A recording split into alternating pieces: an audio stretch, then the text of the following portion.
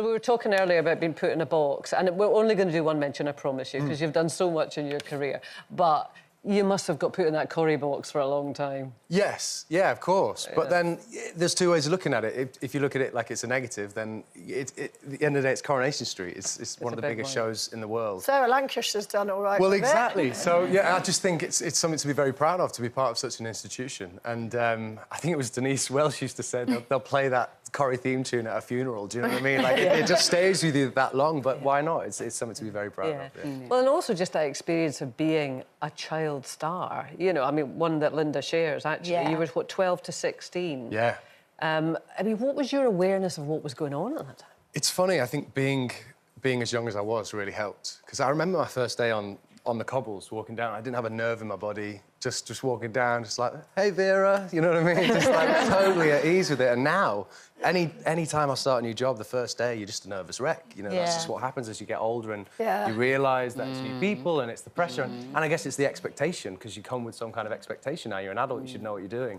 But I just remember just rocking up and loving it and getting to miss some school. I loved it as well, because I started when I was 10 years old, so 2 years younger than you. But I actually absolutely loved it, because I never had to go to school, so we'd have a tutor. Did you have a tutor? Did indeed. Do about an hour's work a day. It was a little more than an hour. Get well looked after. You get all your food bought to you, nice clothes, everything. I loved it. It was lovely, yeah. It was nice, wasn't it? It was, I know, it really was. Have you got happy memories of it? Very happy. Yeah, and still some of my best friends are from the show, yeah, absolutely. So tell us about Marjorie Prime. So this is your first sort of non-musical role on stage, It is, yeah, I'm really excited. It's a very different thing, because it's just a four-hander piece. It's by an American writer called Jordan Harrison. And he became very interested in AI and where we're heading as a society. So basically, we find ourselves a little bit in the future, maybe 40, 50 years, and Marjorie, who's played by the wonderful Anne Reid. If she doesn't like me calling her Anne, I have to call her Annie. So the gorgeous Annie Reid. And she has dementia. She's about 88 years old.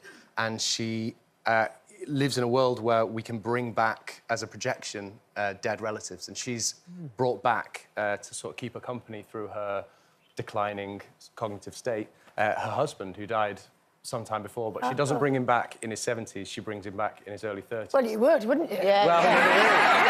Well, so I play Annie's husband, yeah. Fantastic. So is this kind of in hologram-type form, then? Yeah, absolutely. So imagine the holograms we have now on stage, like when Tupac does a concert or whatever, but imagine that in 50 years where it would be completely indecipherable from... Yeah, it's like they're in the room, they sound exactly like them, they look exactly like them, however, you can't interact with them, and they don't come back with any memories, so you need to teach them who they are. So it's a really, really interesting piece, and it kind of explores what it is to be human, you know, the nature of memories and all of that kind of stuff. But it's also, we have an amazing director, Dominic Dromgoole, and an amazing cast. We have Tony Jayawadena and Nancy Carroll, and it's just an amazing thing, and it's very funny, and it's very sort of obviously touching and very moving, and covers quite sort of deep subjects. And so you obviously got into musicals first after leaving Corrie.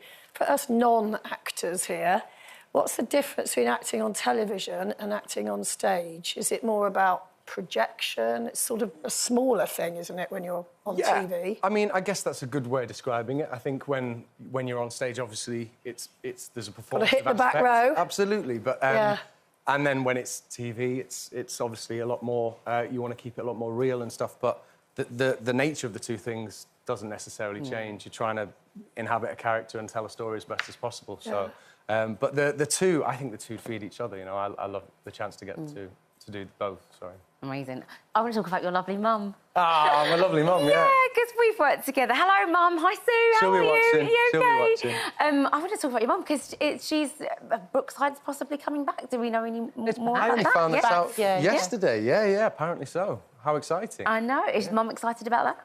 I'm sure she will be. Oh, look at her there. Yeah, she was amazing in that show. I mean, I was allowed to watch certain episodes as a kid growing up. Some of them were a little bit past my bedtime, but yeah, it was an amazing show and such a great following. And did that sort of those formative years, did any of that inform what you were to do later? Did Mum inspire you? Did any of that? Well, Mum and Dad, you know, like I grew up with obviously both of them being around the industry fully, and all of their friends were in the industry, so it was just everything I knew. In fact, to the point where Anne Annie, she said the first time we ever met was when she came round to the house. We used to live in the same village growing up, bizarrely. Right. She was friends with my parents, and she came round and she met me. I was 8 years old, and I ran down the stairs in my pyjamas to say hello.